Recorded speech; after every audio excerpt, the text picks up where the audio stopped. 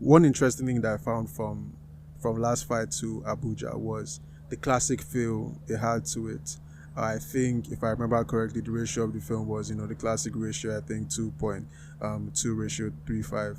And one thing that was also interesting was the color grade that you used like a classic yellowish grade on it. So you be expert too.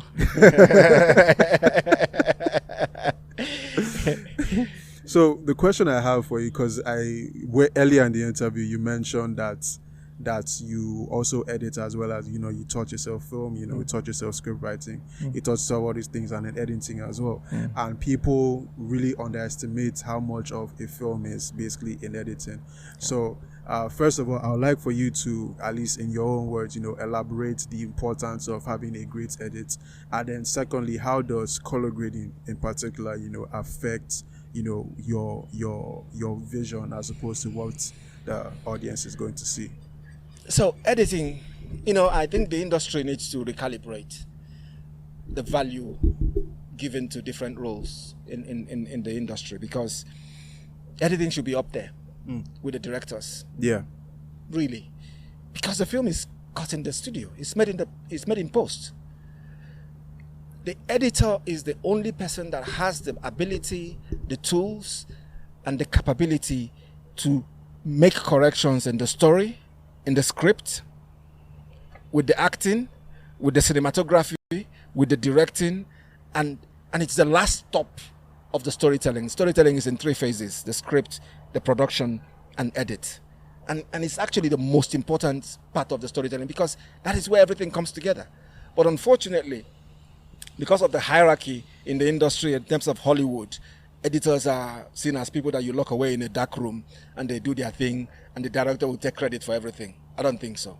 So my editing is not the best in the world, and what I do with my films is to do the first cut of the film, to say, this is what I plan to do with the shots that I've taken here.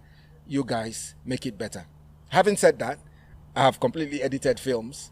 Badamasi, the film with Babangida that is on Amazon Prime, nobody else touched the edit. I edited it from beginning till the end. Crazy Lovely Cool that is on Netflix, the TV series, 10 episodes TV series that is on Netflix, I edited that. Heart and Soul that is on Netflix, I edited that. Nobody touched it. But it is not my forte. I'm slow, but because I understand what I want and I'm not an expert at it, I end up getting there, but it takes me time. So it becomes a chore for me. So if I can avoid it, I don't do it. But editing is absolutely important, because that's where the story is told. And I think editors should take more pride in the work they do, and hopefully, as people recognize Steven Spielberg, when he was accepting a nomination or an award recently, mentioned production assistants and crew members that nobody remembers in his acceptance speech, because those are the people that do the work that make the film, not the guys who are going to sit in a air-conditioned room and do stuff. So editing is absolutely important, and I teach editing at University of Huddersfield, and I see how students begin to grasp. So I haven't made a film since I started teaching in Huddersfield. My next film is going to benefit from a different perspective of filmmaking, because I see things from a slightly different perspective. No longer from the point of view of the maker of the film, but because I had to teach people the same skill, I now understand the theory that has also improved my practice. So editing is super key. The next color grade. Editing, the final stage of editing is to grade. Especially when you shoot with certain cameras on certain settings, whether it is log, it's called log sometimes, or raw for some cameras. If you shoot raw, it means that your monitor will give you, especially if you put what's it called? A lens. A look. It's called. There's a technical word for it which escapes me now. If you put a look on it, it gives you what you think you've shot. But the actual footage, when they're stored in the drive, would be almost black and white. Wow.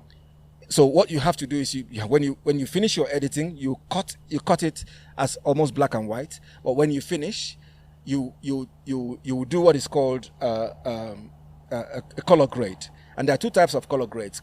One, the easy type of color grade is to essentially make the picture pop. So you make the whites white and the blacks black, and all the other colors in between will just pop. It will look almost, you can reach out and touch it. So your nearly black and white footage would automatically look like a music video, a Nigerian music video, which they oversaturate anyway sometimes. But there's also something called narrative grading. The narrative grade is you are telling a story with the color. So like in the case of Last Flight Abuja, most Hollywood films use the teal, which is some kind of blue stroke orange. So teal stroke orange, because they are the opposite ends of the color spectrum, they are the most contrast you can get. So the sky is the orange, or the skin of the actor, in the case of Caucasian actors, is the orange, and the blue is the night. So if you watch every Hollywood blockbuster film, there's that teal and orange look that is very contrasty and very sharp. That has become the Hollywood look. So I implemented that in Last Flight Abuja, which incidentally I didn't do the grade. A young man did the grade in London. But this, once again, he's never graded a film before. I trusted him because he had the basic skill, and we worked on it together. So grading is another important way of telling the story, making the pictures pop, increasing the production value of the project, but most importantly, being able to decipher, in a subtle way, enhance the narrative of the film. For argument's sake, in Badamasi, the film starts almost black and white because it started in 1967 during the Civil War, when Babangida was shot in the tummy. And then as it progressed, by the time it got to 1993 when he left, it was almost full color. So there's a gradient of color, increasingly getting brighter with the closer it gets to the modern times, the brighter it was.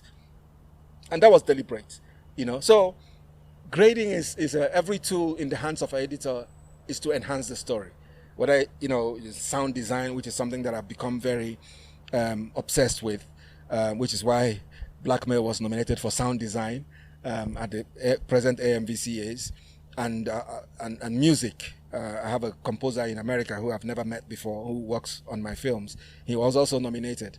So these are the things that enhance the film. So it's not just shooting a good film. There are people who work in the background who will not get all the glory, but who actually make the film successful. The editor is one of them, one of the most important of them.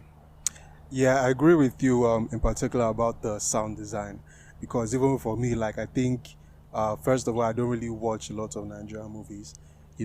Obviously you have like the story, the same story being told over and over again over the same coat of paint over the course of 20 years. So it's almost like as the trends change, the stories adjust to the trends as opposed to the stories changing with the trends. So it's still the same rich man, poor man, it's still the same, wife, husband, it's still the same family matters and stuff like that, that you usually see in contemporary Nollywood movies, especially the stuff that is usually shown on TV. For cinema, the cinema movies now we're in an era where we're having like the emergence of a blockbuster type of dish, in Nollywood, which is very good because you can at least see people trying to break from the norm. I don't think, at least for most of the movies that have come out on the big screen, they've all been different from what you would see in contemporary Nollywood movies. But a big problem I have personally is sound design. Like, sometimes I wonder whether the people are listening to what they're listening to. Like, I saw their head rich, I saw their brain rich. That's all it is. I don't want to. Because a good example for that for me was King of Boys. Like, King of Boys, I liked the movie, I liked the story. Just based, if I'm looking at the story, with everything, you feel like things can be done better. But I actually honestly enjoyed the story for King of Boys. But what threw me out of the loop was the sound, and especially the song choices in some key moments of the movie, and it throws you off because there's a certain feeling that you get from a scene. And the best way to translate that feeling, especially when there's no dialogue, is the sound. Yeah. So, and especially for me, like, I'm someone that likes music. I listen to a lot of music, and I know how to translate feeling through music. So, like, it's very easy at the same time to also be thrown off by said music. So it's very interesting how you pointed out sound design. I also agree that it's very important, and to also hammer on what you said about experiences from teaching people. Like it lays credence to the saying that the best way to learn is to teach. Yeah. So it's also interesting as well that you mentioned that as well.